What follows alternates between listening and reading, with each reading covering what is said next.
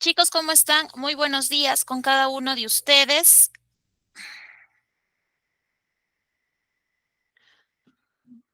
Buenos días, chicos. Por ahí me confirman, por favor, el audio.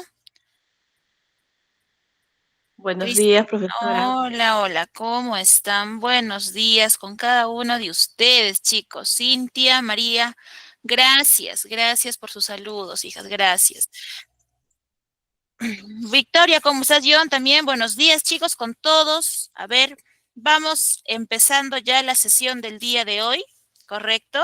Vamos empezando con lo que hoy día tenemos que empezar a trabajar. Darles la bienvenida ya a este tercer bimestre, bueno, tercer y último bimestre ya con ustedes. Miren, sin darnos cuenta el tiempo ha pasado y miren, ya están a un pasito nada más de ya terminar su formación. Yanina, ¿cómo estás? Muy buenos días. Eh, Listo. Vamos a empezar. Bueno, haciendo comunicados semanales, ya chicos, ya se ha instaurado, se ha agregado, se ha añadido un curso más. Ustedes tienen clases por las noches o cursos, perdón, en la semana. Y ahora los días sábados también van a estar teniendo el curso de astronomía y NASA. Ya, eso es un anuncio. Y el segundo, que está alineado con un concurso de TikTok, ya alusivo a fiestas patrias. Entonces, los lineamientos, ¿no? Las pautas, los requisitos, criterios o reglas, seguramente ya se los han hecho llegar y si es que no ha sido el sí, en este caso, a su asesor o asesora le consultan para que les pueda indicar, pues, ¿no? Cuáles son los premios, cuáles son los requisitos, cómo lo pueden hacer, alusivo a qué específicamente, y puedan participar, pues, ¿no? De este concurso. Listo, ahora sí. Vamos a empezar a empaparnos con lo que nos corresponde empezar a hacer el día de hoy, chicos. ¿Listo? A ver, hoy día nos toca empezar a revisar la línea otra vez de la literatura. Ya habíamos estado como que avanzando, ¿no? Viendo desde tal vez de la literatura clásica hemos estado avanzando y hoy día ya nos toca revisar la literatura del realismo, ¿ya? Eso es lo que nos toca revisar el día de hoy. Por ahí, escuchar el nombre, ¿no? Como que probablemente nos da luces, ¿no? A ver, realismo, ¿no? ¿Qué podría ser? ¿De qué podría tratar? ¿No? A ver, puede ayudarme tal vez algún conocimiento previo que tengamos, ¿no? Ahora, para esto, vamos a observar dos imágenes nada más, ¿ya? Que son las que tengo aquí. Analícenlas, obsérvenlas, ¿correcto? Véanlas, cada una, ¿no? Capten la idea. A ver, un minuto creo más que suficiente para poder observar, ¿no? Esas dos imágenes, ¿correcto? Para poder luego hacer o responder en este caso una preguntita por ahí.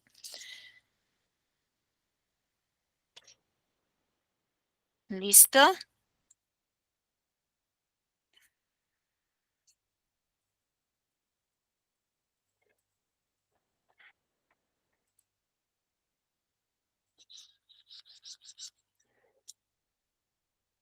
¿Ya está? ¿Observado?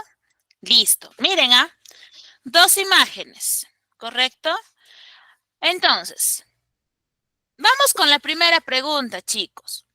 ¿Qué observaron en esas imágenes y qué entendieron? A ver, de esas dos imágenes, ¿qué observaron? ¿No? ¿Qué entendieron de esas dos imágenes? ¿Qué entendieron? ¿Qué observaron? No pueden describirlo, ¿no? A ver, yo vi esto, ¿no? Estaba pasando esto. A ver, ¿qué observaron, chicos? ¿Qué observaron?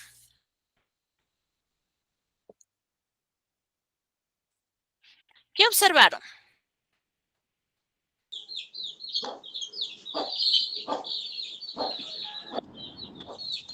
A ver, María, Buenos días, mis. La primera figura veo que hay una persona que está observando con una lupa a otra pequeña persona. Que da a entender que está como vago, tirado, ¿no? Y en la segunda, pues, la segunda figura se ve a una persona como que está escribiendo algo, redactando algo que de repente ha visto, que podría ser lo que ha visto con la lupa, ¿no? Ya, muy bien, María, gracias. Lourdes,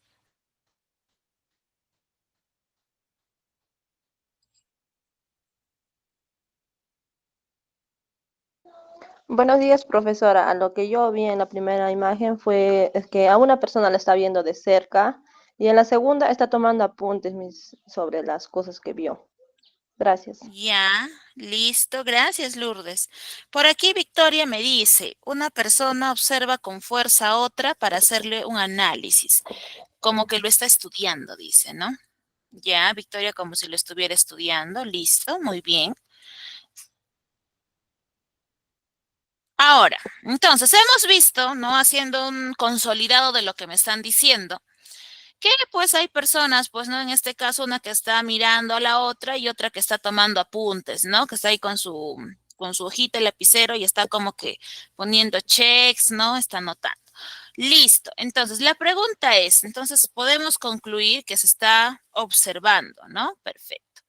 Entonces, por ahí habían mencionado, profesora, la lupa, ¿no?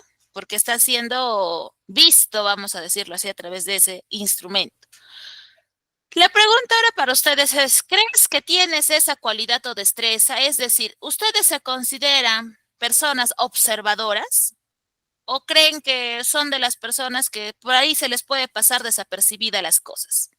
¿Cómo se consideran ustedes? Personas que tienen esa habilidad, ¿no? De que son muy minuciosas, no se les escapa nada a la vista, por decirlo así. ¿Creen ustedes que tienen esa habilidad o como que la carecen o más o menos, ¿no? Dependiendo de, puede ser que sí, puede ser que no. ¿Qué opinan, chicos? Es un autoanálisis, ¿no? A ver, yo mismo analizo, a ver, yo me considero que soy observador, observadora. Ya Victoria me dice que no, cree que se escapan algunas cosas, dice, ya. Victoria dice, ella no cree tener esa habilidad de ser muy minuciosa en la o ser muy observadora. Listo. Los demás chicos, Cristina, más o menos, me dice, más o menos, ya. Muy bien, Cristina, más o menos. Los demás chicos, esto es una opinión personal, ¿ah? Cintia, ¿Qué tal, mis buenos días? hola. Yo tampoco no soy tan observadora, ¿no? En mi caso es igual más o menos. Ya, muy bien, Cintia, gracias, correcto. Esa pregunta es personal, ¿no? A ver, porque yo sé cómo soy, ¿no? No otra persona. Elena me dice, yo sí observo, pero siempre se me pasa algo, dice, ya, muy bien, listo. Entonces, ¿no? Porque en la diapositiva hemos visto un jovencito que está siendo, pues, visto, ¿no? Lourdes me dice, Miss, yo sí me considero muy observadora, me dice. Interesante, Lourdes. ¿No? Entonces, hay alguno de nosotros que somos muy juiciosos, ¿no? Tal vez basta simplemente ver algo o a alguien una sola vez y nos hemos dado cuenta de todos los detalles, ¿no? Y nos acordamos, ha estado así, así. Pero otros tal vez andamos un poco más enfocados en otras cosas, ¿no? Como que en realidad no nos distraemos o no impacta, ¿no? Y es algo como que te diste cuenta que tal vino de, no sé, vestido de negro y tú te pones a pensar y dices así, ¿no? Pese a que tal vez ha estado sentado a tu lado, ha estado pasando por tu lado, ¿no? Pero tú ni cuenta, ¿no? ¿Por qué? Porque tal vez, pues, no, la atención está centrada en otro punto. Listo. Chicos, la pregunta ahora es, ¿en qué ayuda el observar los detalles en la vida cotidiana? A ver, ¿en qué nos ayuda a observar los pequeños o grandes detalles de las cosas? ¿O no ayudará en nada?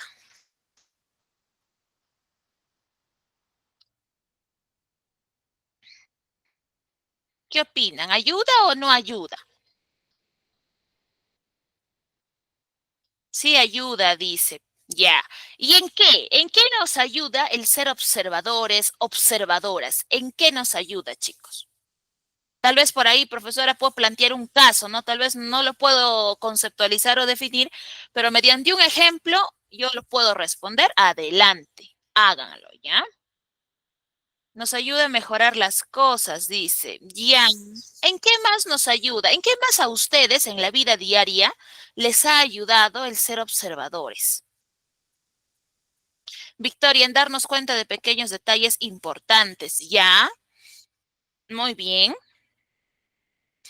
Sobre todo, a ver, si vamos a ejemplos, ¿no? Probablemente alguno de ustedes, o tal vez no, ha frustrado tal vez por ahí, no sé, que los asalten, ¿no? ¿Por qué? Porque tal vez a lo lejos han observado que alguien venía con toda la intención del mundo de quitar, de arrancharles o quitarles el celular que tenían en la mano, ¿no? Y observaron, se dieron cuenta y no sé, tal vez cambiaron de ruta, agarraron un carro o, no sé, entraron a una tienda, ¿no? Por la observación. Ahora, otro caso. Mm, Cuando ustedes, por ejemplo, recogen a sus hijos, ¿no? Cuando han sido pequeños y si aún son niños, ¿no? Son de jardín, un poquito más grandecitos, pero están todavía pequeños, y ustedes los recogen, ¿no? Y vi cómo estás, buenos días. Y por ahí observaron que su hijo tiene un arañón aquí, ¿no? Elena, andar conscientes en todo momento. Muy bien, muy bien. ¿En qué nos ayuda a estar conscientes, estar despiertos? O profesora, yo recogí a mi hijito una vez y yo lo había dejado bien, profesora, pero al recogerlo tenía un arañón acá en la parte de del cachete, ¿no? Por la nariz, como una herida. Observaste, ¿no? Y a raíz de esa observación fuiste o volviste en la docente y le dijiste, mi hijo, ¿qué ha pasado, no? ¿Por qué tiene o quién le ha dañado, no? ¿Ha sido jugando, peleando, qué sé yo, no? Pero ahí está tu observación, ¿no? Entonces, ¿en qué nos ayuda? Como ahí nos lo decía Elena, me parece, a ser conscientes, ¿no? Si ustedes son observadores, ¿no? Uf, yo les digo, ¿no? ¿De cuántas no nos habremos salvado gracias a que observamos, ¿no? Y cuántas tal vez hubiésemos podido evitar si hubiésemos estado un poco más despiertos. ¿Listo? Dice 2. ¿Consideras que el observar es una forma de adquirir nuevos conocimientos, chicos? ¿Sí o no? ¿Ustedes consideran que el observar es una forma de adquirir algo nuevo, de un nuevo saber? Raúl me dice que Sí, sí. profe. ¿Sí? ¿Por qué? ¿Por qué el observar será una nueva o una forma de aprender algo nuevo? ¿Por qué? ¿Por qué, chicos? Casos, a ver, casos de la vida misma, a ver, que les haya servido a ustedes. Aprender de los errores sería una de ellas, me dice Raúl, que ayuda a resolver problemas, me dice Ivy. Ok, muy bien, muy bien. ¿Cómo han aprendido a cocinar, chicos? Observando, profesora. Muy bien, Grete, ¿no? Muchos de nosotros observando, ¿no? Muchos de nosotros, tal vez, no sé, estábamos ahí acompañando a mamá mientras cocinaba y mirábamos lo que hacía, ¿no? Y eso, esa observación detallada y precisa con atención, porque cuando nosotros observamos tenemos que estar atentos. Una cosa es mirar y otra cosa es observar, chicos, ¿ya? Cuando tú miras algo es como que yo les digo, ah, sí, miren, yo tengo aquí libros, lapiceros, ¿no? O vas a la calle y miras, ¿no? Ah, mira, hay carros, hay un parque, hay perros y te pasas.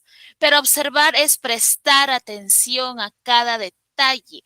Es mm, centrarte en eso, ¿no? Si tú saliste tal vez a relajar la mente, a sentarte a un parque, tú vas, te sientas y observas lo que pasa a tu alrededor. Y créanme que lo bonito del observar es darte cuenta de muchas situaciones que incluso tú analizas sin darte cuenta y dices, ah, no, yo haría esto seguramente, ¿no? Y te quedas ahí pensando, cavilando, ¿no? A ver, ¿no? Y te quedas ahí absorto en tus pensamientos. Entonces, a ver, vamos leyendo aquí, ¿ya?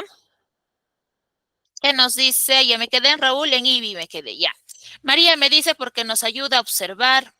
Cristina, porque aprendemos de los errores. Ivy, observando y practicando. Elena me dice, algunos somos más, aprendemos observando y otras escuchando. Claro, muy bien. Listo. Entonces, decimos en consolidado que el ser observadores o el observar, lógicamente es una forma de tal vez, o bueno, de aprender, ¿no? Algo nuevo. Yanina, si una mamá nos enseña, dice. Claro, ¿no? Cuando, bueno, hablando de la cocina, cuando todos hemos empezado con este hecho de aprender a cocinar, hemos tenido muchas veces, tal vez todos, ¿no? O no generalizo algunos, en todo caso, ¿no? De que mi mamá nos enseñaba, pero hasta cuando nos enseñaba a adorar algo, nos decía, ¿cómo vas a saber que la cebolla ya cocinó cuando ves que cambia de color o se empieza a caramelizar? O cuando sabes que el tomate ya está y te empieza a hacer o te hace observar el color de lo que está aderezando, ¿no? Para que más o menos sepas tú en qué punto debes parar o seguir avanzando con la comida, ¿no? Entonces, mire, ahí está el hecho de el observar como tal. ¿Correcto? Muy bien, chicos. Entonces, esto ha servido, o estas preguntitas han servido, uno, porque están enlazadas al tema. Dos, porque también así nos soltamos un poquito, ¿ya? Por ahí tal vez recién han estado despertando, ¿no? Ay, profesora, ayer he tenido un trabajo cansado, ¿no? No lo sé. Y así nos despertamos, chicos, ¿correcto? Hay que ponerle empeño, actitud nada más para poder seguir aprendiendo. Entonces, el día de hoy, chicos, nosotros, o el propósito de nuestra sesión, es que vamos a conocer la literatura del realismo para poder reconocer su contexto y su influencia, para poder saber para qué les va a servir a ustedes conocer la literatura del realismo, porque al darse cuenta o reconocer en qué se enfoca, tal vez se van a dar respuesta a ustedes mismos al porqué de muchas cosas en cuanto a literatura hablamos en la actualidad. Correcto, ya habíamos mencionado, habíamos revisado la literatura pues clásica, la literatura medieval, habíamos revisado ya el neoclasicismo, cada una de estas con peculiaridades, cada una de estas con sus propios matices, ¿correcto? Y el realismo no es la excepción. Entonces hay que tener en cuenta eso. Ahora, cuando les digo literatura del realismo, ¿qué entienden ustedes por la palabra realismo, chicos? ¿Por qué? Porque muchas veces decimos, hay que ser realista. ¿A qué nos referimos con ese término? ¿A qué No, nos con la verdad. referimos? Hablar con la verdad, ya, muy bien, Greten, correcto, muy bien. Los demás, ¿qué es para ustedes? A ver, a decir la verdad, me dice Ivy. Ya, a decir la verdad, listo, muy bien. Ustedes están teniendo una reunión, ¿no? En un lugar y les dicen, y empiezan, ay, debemos hacer esto, esto, y tú les dices, hey, hay que ser realistas, ¿no? Por ahí que me dice Ivy, a ver, vamos a leer. A ser sinceros con las cosas, me dice, ser sinceros, no inventar nada. Perfecto, Victoria también, Ivy, perfecto. Entonces, profesora, si usted me dice literatura del realismo, se va a enfocar, chicos, justamente a eso. ¿Ya? Cuando nosotros hablamos del realismo, ¿ya? Cuando nosotros hablamos del realismo, y tengo ahí a mi cerebrito, porque mi cerebrito me va a ayudar a la clase del día de hoy, cuando nosotros hablamos del realismo, estamos hablando de una corriente literaria que también se va a desarrollar en Europa, ¿correcto? Y esta literatura rompe el esquema del romanticismo. A grandes rasgos, el romanticismo es una corriente literaria que se enfoca mucho en la parte emocional del autor, que se enfrasca demasiado en un mundo de fantasía, en un mundo donde todo lo que lo mueve al autor o todo lo que mueve a la sociedad son los sentimientos, ¿correcto? Entonces, el realismo rompe eso. ¿Listo? Entonces el romanticismo tiende a alejarse de la fantasía, la rechaza, lo que es la imaginación, como que no, ¿cómo decirlo? No es su afinidad, ¿no? Sino que trata en este caso de explicarnos. La literatura del realismo se enfoca en dar explicación a la realidad de la sociedad de ese tiempo para que pueda ser analizada, ¿no? Para que pueda marcar y decirte, ¿sabes qué? Esta sociedad de mi tiempo está muy marcada por los abusos de las autoridades, pero decirte las cosas tal cual son en la misma realidad. Es por eso que de ahí sale realismo, de realidad. Y nosotros cuando escuchamos, hemos dicho, nos han dicho, hay que ser realistas, nos han dicho, pues no, mira las cosas como son, ¿no? Yo vengo y les digo, chicos, ahora que van a terminar ya su formación, nos vamos a ir de viaje todos a, no sé, a ver a dónde, a Francia. No, sí, y ustedes sí, que no sé qué, ¿no? Y por ahí Greten dice, chicos, hay que ser realistas. Ni siquiera tenemos visa o pasaporte, ¿cómo vamos a ir? ¿No? ¿Por qué? Porque Greten quiere que ustedes vean, en este caso, que eso sonará muy bonito, pero es algo que no se va a poder hacer porque es algo que va a vivir en nuestra imaginación, ¿no? Porque nos estamos imaginando a ver a dónde voy a ir, qué me voy a comprar, qué foto me voy a tomar, pero la realidad no es algo que permita que eso se cumpla, ¿no? La realidad es esto. Entonces, la literatura del realismo busca eso, busca que el ser humano despierte a lo que es la realidad. Entonces, uno, dentro del realismo hay un retrato verosímil de la realidad, ¿ya? Buenos días, Carmen. Entonces, ¿a qué se refiere con el retrato verosímil? Sencillo. Si bien es cierto, cuando nosotros escribimos algo, siempre buscamos suavizarlo, ¿no? Supongamos, por aquí Raúl quiere escribir una obra relacionada a la situación que tenemos aquí, ¿no? En el Perú, a la situación actual, al tema de inseguridad, al tema de extorsiones, quiere hablar tal vez de la incapacidad de las autoridades, ¿no? Por ahí, profesora, he escuchado que la presidenta se ha aumentado su sueldo, se lo ha duplicado y me da cólera, ¿no? Y no me parece. Y empieza a redactar una obra que se enfoca en hacer una crítica a su sociedad actual, a su Perú actual. Para que no suene muy crudo, ¿no? O para que el contenido y el mensaje sea directo y se entienda, ¿ya? ¿Qué va a hacer en este caso, Raúl? De alguna forma u otra va a involucrar a lo que es, en este caso, eh, algo de lo ficticio, algo chiquitito nada más, pero no una ficción, en este caso, así a lo grande, excesiva, ¿no? Sino, tal vez por ahí le va a cambiar el nombre quiere hablar de la presidenta, pero no le va a poner el nombre de la presidenta, le va a inventar otro. Quiere hablar por ahí del alcalde de su localidad o de su presidente regional o su gobernador regional, ya, pero se llama Panchito, no le va a poner Panchito, le va a poner Pepito, ¿no? Entonces, le vamos dando ciertos matices, ¿para qué? Para que la obra tenga eso que yo quiero que ustedes sepan, ¿correcto? El realismo se va a oponer al romanticismo. Si en el romanticismo predominaba el amor, predominaban los sentimientos, predominaban las emociones, predominaba que el autor o los personajes o la sociedad los mueva lo que sienten, en el realismo predomina la razón, ¿correcto? Por eso está ahí mi cerebrito, porque la razón se representa a través del cerebro, ¿no?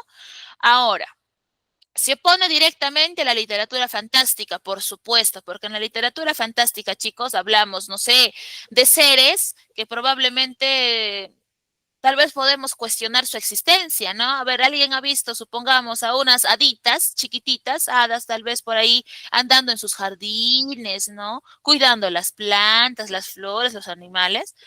No, no lee eso, ¿no? Porque en literaturas de fantasía se ve mucho eso, ¿no? En este caso, seres, ¿no? Que nacen de una invención del autor en realidad. Ahora, ¿qué más deben saber? Dentro del realismo, chicos, hay una descripción minuciosa. Es decir, todos los detalles que ellos puedan observar en su entorno nos lo van a describir a detalle al 100% en el texto. Correcto, dentro de esas observaciones, ahí lo tienen, nos va a hablar de cuáles son los problemas políticos, problemas sociales, de los problemas que los humanos tenemos, de nuestros vicios en la sociedad. Ahí va a estar detallado, ¿no? Y el último es que los personajes son los testigos de su época. Lo que les decía en el ejemplo. Raúl quiere escribir una obra. Él es testigo de su realidad. Él puede escribirlo porque él lo está viviendo. Él sabe lo que es ahorita el Perú, ¿no? Pero les pregunto, ¿nosotros podremos escribir una obra realista de, a ver, del año 1950 y decir, ay, el Perú es así, asá? ¿Creen ustedes que podremos hacer una obra así bien directa, ¿no? Con eso. Claro, muy bien. No vamos a poder, Ivy, Raúl, correcto, porque nosotros no hemos vivido en ese entonces. Esa realidad, profesora, pero hay información en Internet. Puede haber información en Internet, por supuesto, yo no digo que no, pero esa información en realidad tal vez es solamente la punta del iceberg, porque lo demás nosotros no lo conocemos porque no lo hemos vivido, correcto, muy bien, Ivy, Raúl, porque no es de nuestra época, no es nuestra realidad, no es, ¿no? Entonces, ¿cómo yo puedo escribir algo de un Perú que yo desconozco, ¿no? Yo no sé cómo ha sido. Puedo, no sé, buscar algún detalle, información, como que empapármelo mucho, ¿no? Lo más que yo pueda, pero siempre en esos casos va a haber cosas pues que nosotros no vamos a encontrar redactado porque es algo que pues no hay evidencia tal vez, ¿no? O ustedes saben, el tiempo pasa, las cosas por arte de magia a veces se desaparecen. ¿Y qué podemos hacer? ¿No? Entonces ahí está. Eso es el realismo, chicos, ¿ya? Ahora. Cuando nosotros hablamos de realismo, chicos, vamos a hablar de varios autores, porque así como en las otras literaturas, ¿ya? Hay en este caso representantes, ¿no? Y el caso del romanticismo, perdón, del realismo también. Uno de ellos es León Tolstoy, ¿ya? Este escritor, este autor, es considerado uno de los más importantes de la literatura rusa y de la literatura mundial. Por ahí tal vez han leído algunas obras de él, quizás, no lo sé. Entonces, por ejemplo, ¿no? Él alcanza fama o se acentúa como uno de los más grandes gracias a su obra Infancia, Adolescencia y Juventud. Esa obra es un texto, una composición o una producción literaria autobiográfica. ¿Qué significa esto? Que él mismo cuenta a través de esa obra lo que él ha vivido en su infancia, en su adolescencia y en su juventud. Pero lógicamente no lo hace a título personal. ¿A qué me refiero? Él es León Tolstoy. En su obra no dice yo soy León y yo viví, no, sino que a su persona, él le crea un personaje, ¿no? Es alguien como una máscara que él utiliza, por ejemplo, ¿no? Que se va a llamar, no sé, vamos a ponerle Felipe, ¿no? Supongamos. A través de esa creación de Felipe, ¿no? Que en el texto es el personaje principal, en la vida real Felipe es él, ¿no? Sino que está contando su vida, está contando su historia justamente a través de ese personaje. ¿Listo? Ahora, ¿qué obras ha escrito Tolstoy? Ahí tenemos algunas. Ana Karenina, La guerra y la paz, la muerte de Iván Ilich y Resurrección. Son algunas nada más, como siempre les digo, si nosotros nos ponemos a revisar toda la producción literaria de algún escritor, ¿cuándo vamos a terminar, no? Porque son muchas algunas veces las producciones que han tenido. Correcto. Ese es uno de los representantes. ¿Vamos a revisar una de sus obras hoy día? No. El día de hoy nosotros nos vamos a enfocar en Fyodor Dostoyevsky. ¿Alguien ha escuchado este nombre tal vez en algún momento? ¿Han escuchado quién es él? O tal vez qué obra ha escrito. ¿Alguien ha escuchado de él? o nadie, No, Miss, buenos días, ¿no? no. Buenos días. Ya, muy bien, ¿no? No han escuchado de él, perfecto, no hay problema. Hoy día lo van a conocer, chicos, no se preocupen. Hoy día van a saber quién ha sido Fyodor Dostoyevsky. Ya. Nadie. Ya. Les cuento. Fyodor Dostoyevsky, en este caso, ya, es un escritor ruso que sufre la pérdida de su papá a sus 18 años, ¿correcto? Este escritor es bastante conocido porque tiene una obra que es bastante famosa también y que hasta la fecha también se sigue leyendo, ¿ya? Ahora, dentro de su producción literaria, él tiene El idiota, El jugador y Los hermanos Karamazov. ¿Son las únicas? No, no son las únicas obras literarias. La obra que hoy día vamos a revisar, chicos, es la obra Crimen y Castigo, ¿ya? Tal vez, solo tal vez, esta obra la han escuchado en algún momento, o tal vez no, también, ¿no? No hay problema. Esta obra es una novela, en realidad, ahí está, el género es narrativo, ¿ya? Y su especie es una novela. Fue publicada en el año 1866. ¿Listo? A lo que se enfoca o al tema que se desarrolla dentro de esta obra es el conflicto ético entre una sociedad intelectual y una cristiana. Ahí hay un problemita ahí entre esa sociedad intelectual y esa sociedad cristiana. Ya hay un temita con ellos. Esta novela está dividida en 6 partes, ¿ya? Y un epílogo y está escrita en tercera persona. ¿Quiénes son los personajes que intervienen? Ahí lo tenemos. Tenemos a Rodión, a Porfirio, tenemos en este caso a Dunia, a Liona, ¿no? A Sonia y por ahí a Marmeladov. ¿Correcto? ¿Alguien tal vez ha leído, tiene noción de Crimen y Castigo? Puede ser, no sé, en algún momento han tenido contacto con esta obra, alguno de ustedes, puede ser, tal vez, o lo han escuchado. ¿Alguien o nadie? Nadie, No, ya, Miss. listo. ¿No? Listo.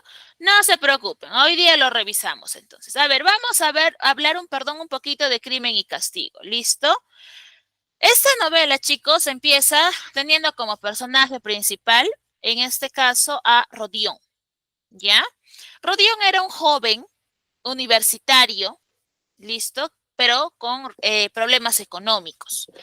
Entonces, él se había ido de su lugar natal, ¿ya? A estudiar a San Petersburgo, ¿correcto? Pero al no tener suficientes recursos económicos, él decide, o bueno, ¿no? Retirarse, abandonar sus estudios porque no tenía forma de poder mantenerse. Sale a caminar de su cuarto, ¿no? Sale a darse una vuelta por ahí por la calle, ¿no? Para que piense la situación que él está enfrentando ahora. A medida que va caminando, que va observando, ¿no? La calle, las personas, empieza en él a surgir una obsesión.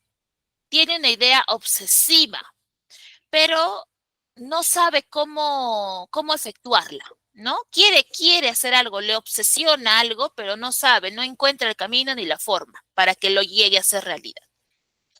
Entonces, en este momento de cavilación, ¿no? Por el problema económico que tiene, simplemente se le ocurre dirigirse a la casa de una usurera. ¿Qué es una usurera? Es una persona prestamista. ¿Listo? Esta usurera se llama Aliona. Entonces, como ella es prestamista, va y le pide, pues no va a su casa para que le pida que le preste dinero. Entonces, Aliona, ¿no? Es entre lo que va a buscar el dinero, pues no, para que se lo pueda dar. Rodion se pone a observar su casa de Aliona, ¿no? Cada detalle, qué cuadros tiene, cómo es la casa, ¿no? Y observa, ¿no? Analiza, mira, a ver qué hay, ¿no? Etcétera.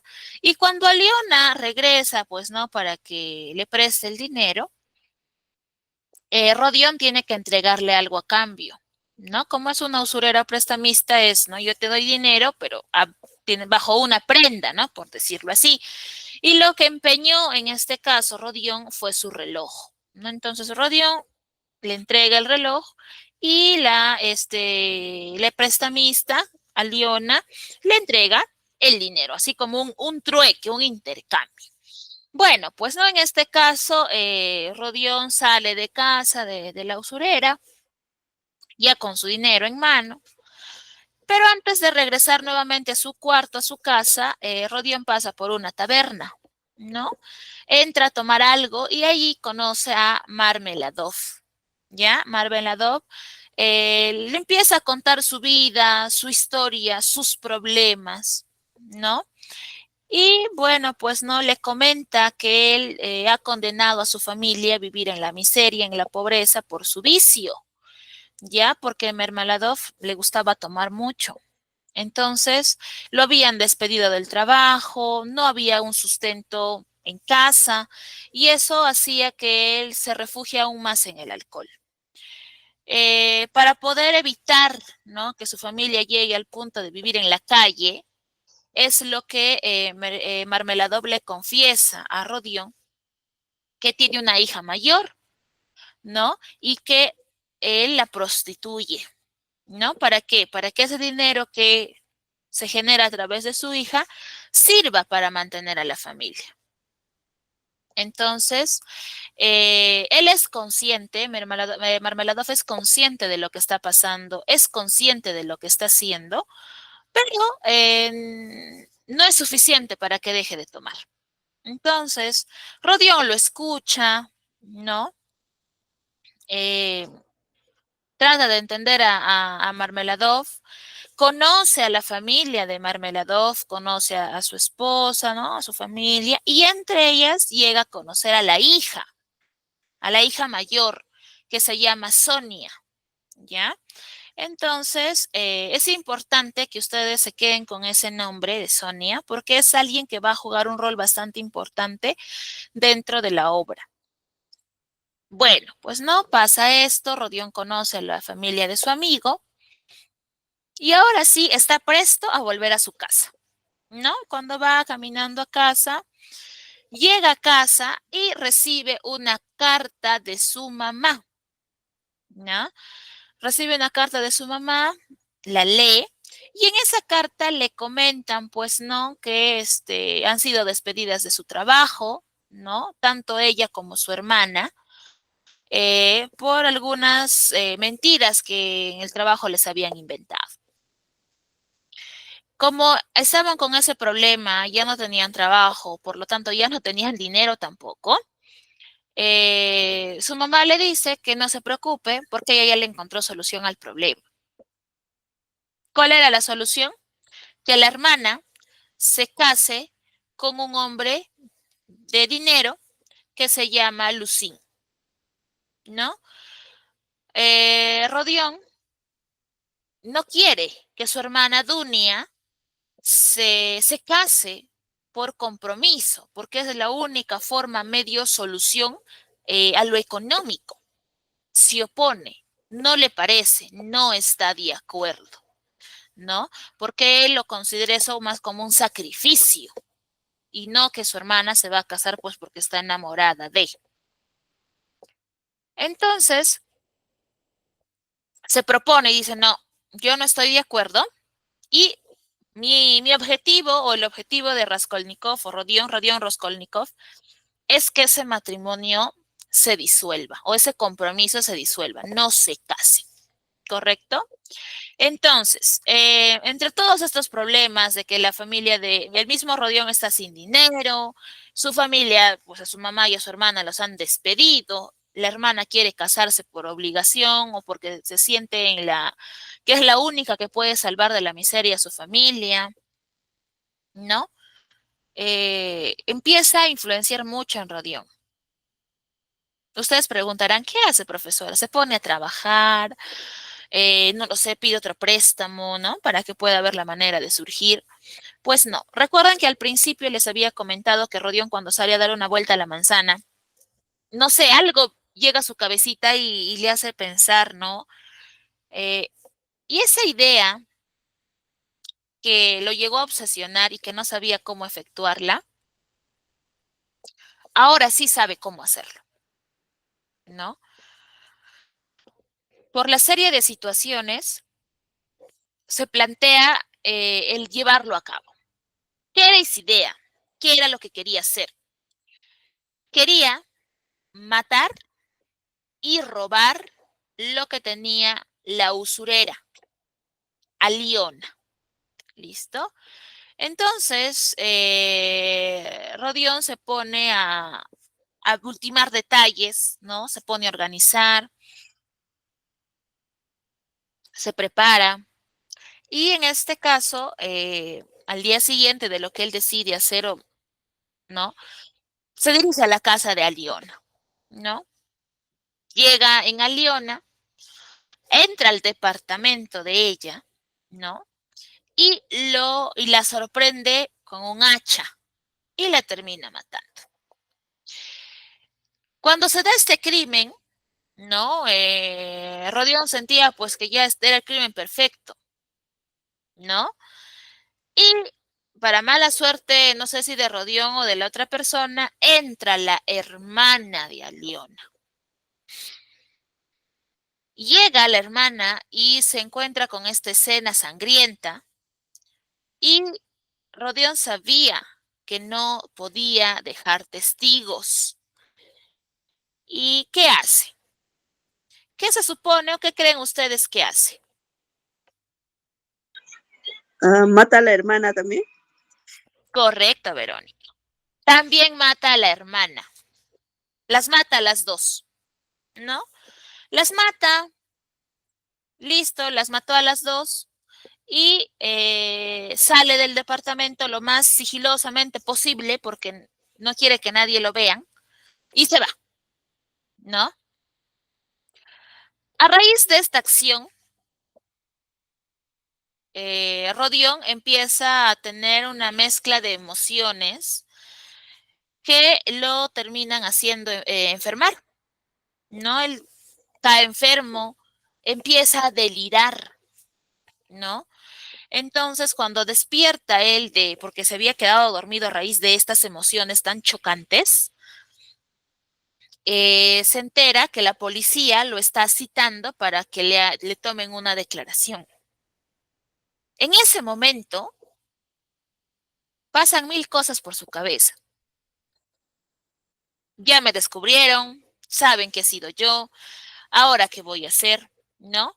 Pero decide presentarse ante la policía, ¿no? Cuando llega ahí, él ya él estaba seguro de que era porque sabían que él había matado a la usurera y a la hermana de la usurera.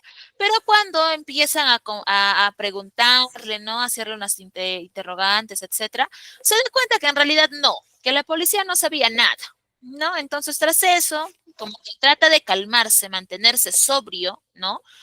Sereno en este momento tan tenso, sale de la comisaría y se dirige nuevamente a su casa para que pueda deshacerse de todo lo que había robado de la casa de Aliona. ¿No? Todo lo de valor que él había sacado, va a su departamento, a su casa, para que lo pueda sacar y lo pueda vender, botar, no sé, no vea la manera de deshacerse de, y él no quede con ningún tipo de objeto o algo que lo incrimine. Entonces, esta situación nuevamente hace que Rodión entre o enferme nuevamente y otra vez empiece en estados de delirio, empiece a no poder dormir, ¿no? Y era tan fuerte esa situación que su amigo, Razumihin, lo cuida, ¿no? Está atento a él, permanece a su lado porque su amigo está enfermo, ¿no?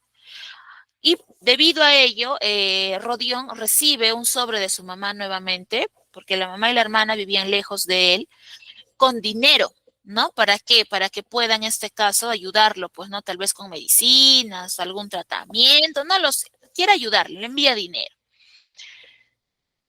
Entonces, los días pasan y el asesinato de esta usurera y su hermana se va haciendo, tomando mucha más fuerza, ¿no? Muchos empiezan a hablar de eso, empiezan a sacar supuestos, pudo haber sido tal, pudo haber sido cual.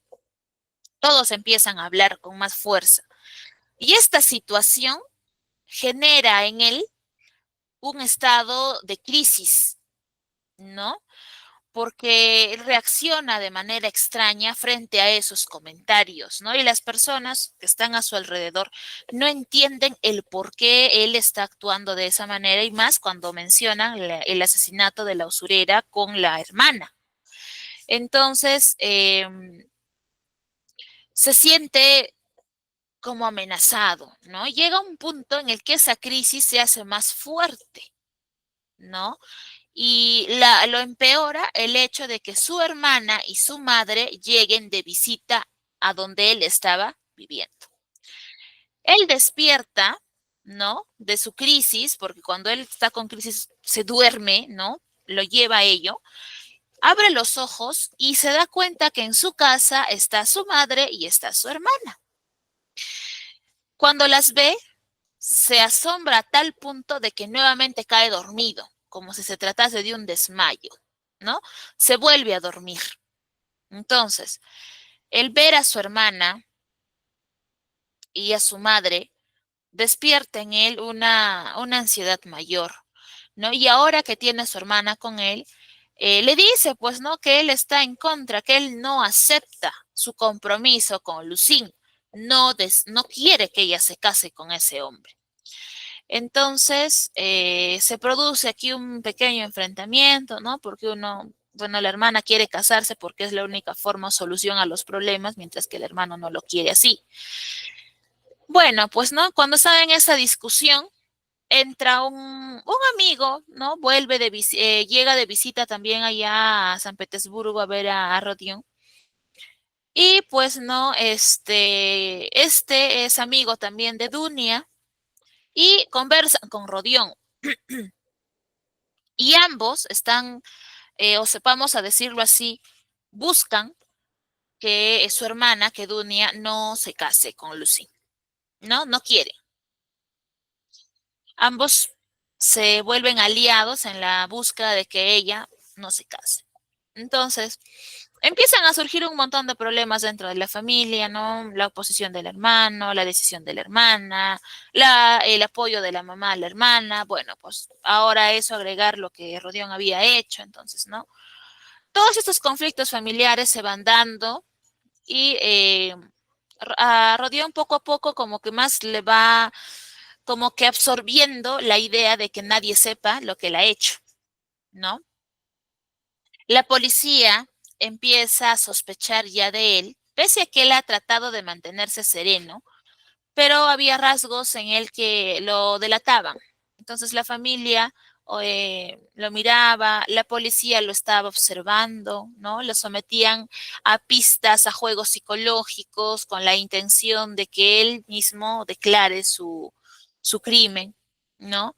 Pero Raskolnikov sigue firme en mantenerse sereno, trata de dar su 200% para que nadie sepa lo que él ha hecho, trata de mantenerse cuerdo, ¿no? Maneja la situación, ¿no?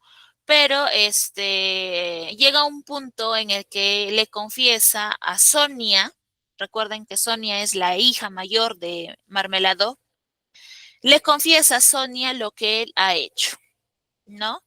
Sonia, lejos de rechazarlo, de culparlo, al contrario, ¿no? Se muestra compasiva, lo entiende y le acompaña o le pide, pues, ¿no? Que vaya a declarar y se entregue a las autoridades para que él pueda pagar, pues, la condena que le corresponde por lo que ha cometido, ¿no?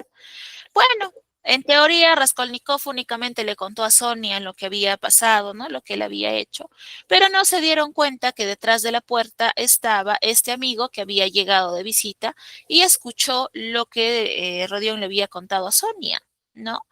Entonces, utiliza esto para poder chantajear a Dunia y decirle, pues, ¿no? Que si ella no se casa con él va a hablar, va a declarar y va a condenar a su hermano, va a ir y lo va a denunciar, ¿no? Para que lo puedan llevar preso. Intenta manipularla, intenta chantajearla. Entonces, como ya no, bueno, ya no solamente lo sabe Sonia, sino también Dunia y también este amigo, como ya lo saben tres personas, bueno, pues no es mucho más peligroso porque de cualquiera de estas tres puede salir el hecho de que, oye, no, él mató a tal. Entonces, tanto Dunia como Sonia hablan con Rodión, lo convencen y lo llevan, ¿no? A que él confiese su crimen, ¿no? Rodión va, ¿no? Súper calmado, súper tranquilo, ¿no? No tiene culpa, ¿no? Es como si hubiese, no sé, tomado un vaso de agua nada más, prestado. Y declara, pues, ¿no? Que le había matado a la usurera, que había llegado la hermana y que, bueno, pues también tenía que matarla, ¿no? Porque no tenía por qué dejar cabo suelto. Es condenado, lógicamente fue a juicio, lo condenan, ¿no? En este caso a 8 años de prisión en Siberia, ¿no? Y a trabajos forzados, trabajos duros. Y pasa el tiempo y ese mismo trabajo, ese mismo encierro hacen que Rodión se sienta ahora sí culpable, sepa que lo que ha hecho estuvo mal y otra vez va a confesar su crimen, pero ahora sí con ese cargo de culpa y de conciencia de decir que eso estuvo mal, ¿no? Se arrepiente de lo que hace, pide perdón por lo que hizo y empieza de ahí en adelante un camino limpio, por decirlo así, un camino donde él ya pues no es más consciente, su camino de redención, vamos a decirlo así, ¿no? Porque él ya no va a cometer los actos atroces que ya había cometido en ese pasado. Y de esa manera termina esa novela, entonces, y es por eso que ahí cuando les menciono, ¿no? De que este crimen y castigo es un conflicto ético entre una sociedad intelectual y una cristiana. ¿Por qué? Porque este personaje principal tiene una crisis, ¿no? Entre hacer lo correcto y cuando lo hace no sentir culpa de, ¿no? Como les digo, ¿no? A ver, si uno de nosotros va y mata a alguien, ¿creen ustedes que van a poder dormir tranquilos? ¿Creen ustedes poder actuar con la misma frialdad que ha actuado No, el personaje de esta novela? no, profesora. No. No, no. Dios mío, profesor, hasta si, no sé, por ahí sin querer he golpeado a mi perrito, le he pisado su patita, a mi gato le he pisado la cola y me siento mal por solo haberles pisado la cola, haberlos pisado la pata, así, porque no me di cuenta, no fue ni siquiera con intención. Y me siento mal, pobrecito, lo empiezo a querer, lo cargo, etcétera. Imagínense acabar con una vida humana, ¿no? Y es por eso es que nos dicen, pues no, no hay crimen perfecto, porque no lo hay.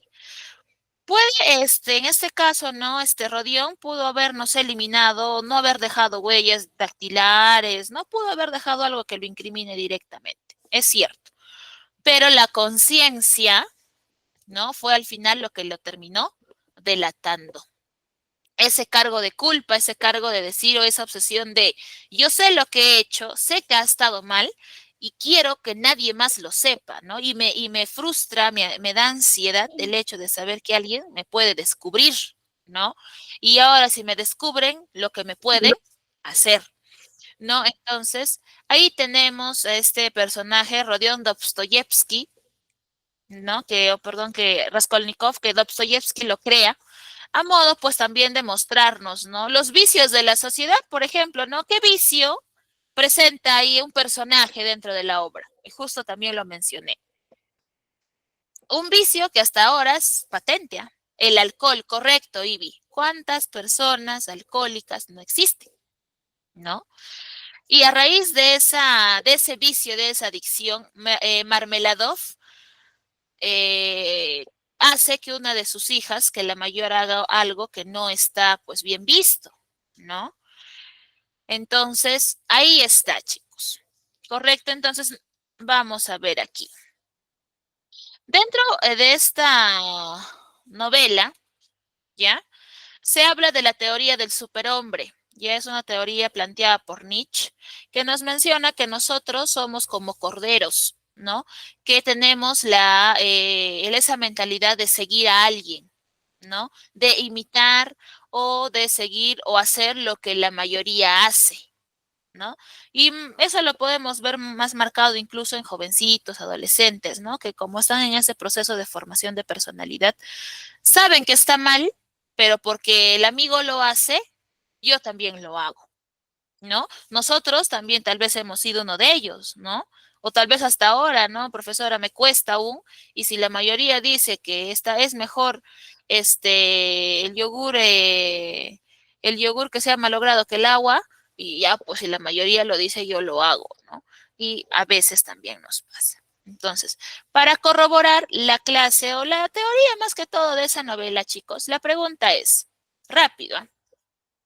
Según la imagen que yo tengo ahí en la primera pregunta, Rodión está asesinando ¿a quién? ¿A quién está asesinando con el hacha?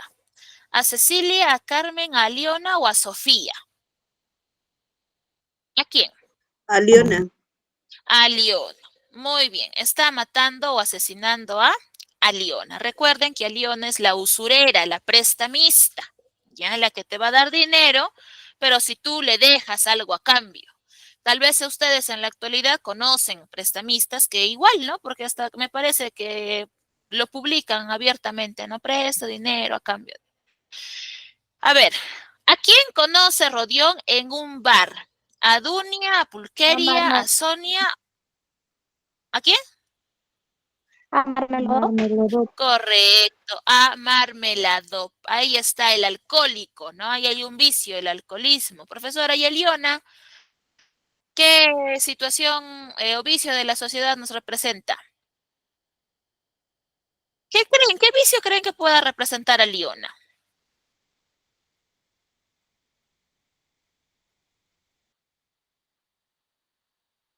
Ujú. Claro, la 2 es la D, correcto, marmelado. Ah, entonces sí se ha entendido. Miren, a Liona trabaja con el dinero, ¿no? Entonces por ahí está su vicio, ¿no? Listo, chicos. Consultas, dudas, preguntas tal vez por parte de ustedes. ¿Alguna duda que haya quedado clara, o perdón, no haya quedado claro en la clase de hoy día? ¿Alguna consulta que tengan por ahí? ¿Dudas, preguntas, consultas? ¿Ninguna? No, Todo profesora. claro, bien. Ya, yo les pregunto a ustedes entonces, ya, esta es una respuesta personal, ¿ya? ¿Qué hemos aprendido el día de hoy, chicos? ¿Qué hemos aprendido el día de hoy?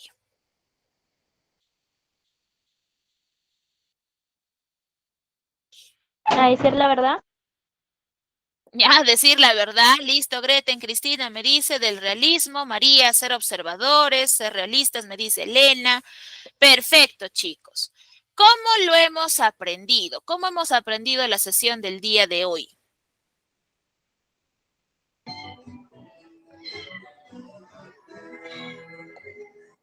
¿Cómo hemos aprendido, chicos, la sesión del día de hoy? Leyendo una obra literaria. Ya a través de una obra literaria, correcto, muy bien, chicos. Ahora les pregunto, ¿para qué les servirá a ustedes el aprender y conocer ahora en qué se enfocaba el realismo, en qué contexto se ha dado? ¿Para qué? ¿Para qué nos servirá, en nuestro caso, el aprender sobre o haber aprendido sobre realismo, chicos? En decir la verdad y no estar escondiendo lo que uno haya hecho. Ya, muy bien, muy bien. A Aceptar ver, ¿qué me... nuestros errores. Ya, Greten, correcto, muy bien. ¿Qué me dicen aquí? María, para no cometer esos errores. Victoria, para mejorar nuestra visión en la vida. Listo, entonces, chicos. Entonces, el realismo es una corriente que se enfoca mucho en mostrar las cosas como son. Si tu sociedad está pésima, su organización, su política, su sociedad está mal, ya pues, ¿no? A través del realismo se hace una crítica teniendo en cuenta esos contextos tomados de la vida misma. ¿Listo? Entonces, chicos, gracias por haber asistido a clases el día de hoy. Cuídense bastante, bonito domingo y ya nos estamos reencontrando la próxima semana, chicos. Cuídense, buenos días con cada uno de ustedes. Hasta luego, mis Gracias, Miss. Hasta luego. Cuídense, chicos. Chao, chao.